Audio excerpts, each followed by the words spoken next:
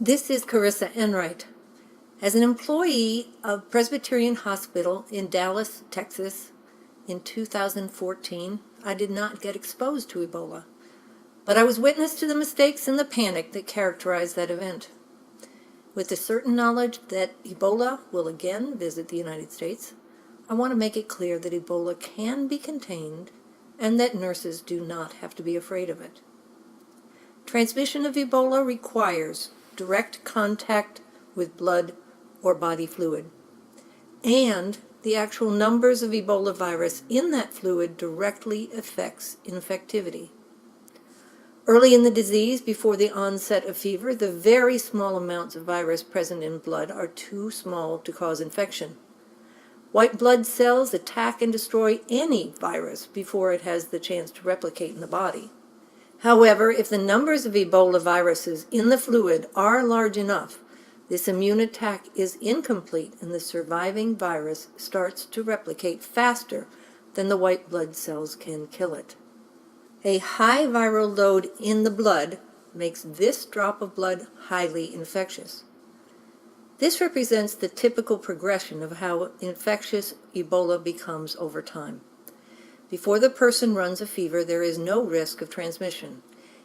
Even when the fever is present, the risk of transmission is still low because the blood is sparsely populated by the virus. As the disease progresses, it becomes more and more infectious. In fact, the Ebola victim is more contagious after death than at any other time in the disease. The people who prepare the body for cremation are at the highest risk of contracting Ebola.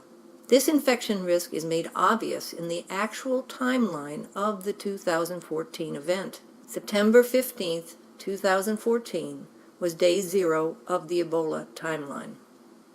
In Liberia, Mr. Duncan was in physical contact with a woman within hours of her death from Ebola. Unaware that he was now infected, Mr. Duncan traveled to Dallas, Texas.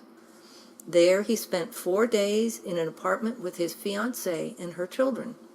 On September 25th, he went to the emergency room of Presbyterian Hospital with a fever. Ebola was not diagnosed at that time, and he was sent home with medication. 3 days later, he returns to the emergency room via ambulance with clear signs of Ebola.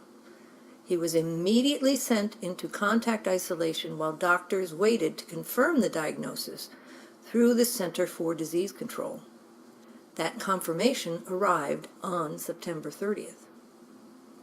In the 4 days between the start of his fever and his isolation in the ICU, the CDC identified 48 people at risk for infection. This included 12 healthcare workers, 10 ambulance patients before the ambulance was taken out of service for a thorough sanitation, and 17 community members, who included his fiancée and her 5 children. Those 6 family members were placed in full quarantine. All the rest were closely monitored for 21 days. Not one person contracted Ebola. Most significantly, his fiancée, with whom he was likely very close, did not get Ebola from him. True to the nature of Ebola, Mr. Duncan became more and more infectious during his 12 days of intensive care. In spite of following strict isolation protocols, 2 of the nurses involved in his care as his condition turned critical got infected with Ebola and ran the characteristic fever the week after his death. A thorough investigation found no clear incident that accounts for those infections. Both nurses followed CDC-sanctioned droplet and contact precautions. At that time, the protocol included this personal protection.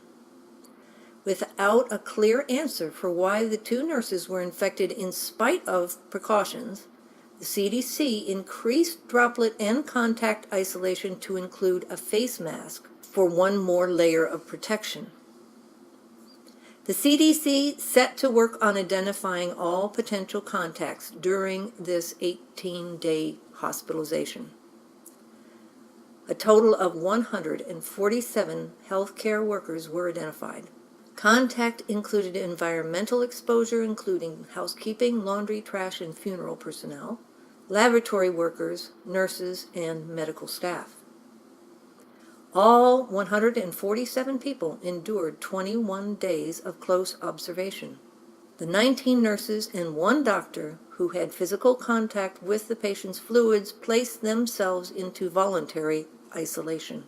Thankfully, all these contacts survived the Ebola event without infection. This is not the story of 3 infected patients. It is the story of the thousands of potential contacts that never happened. The danger of infection came down to fewer than 200 people. Be prepared, not scared.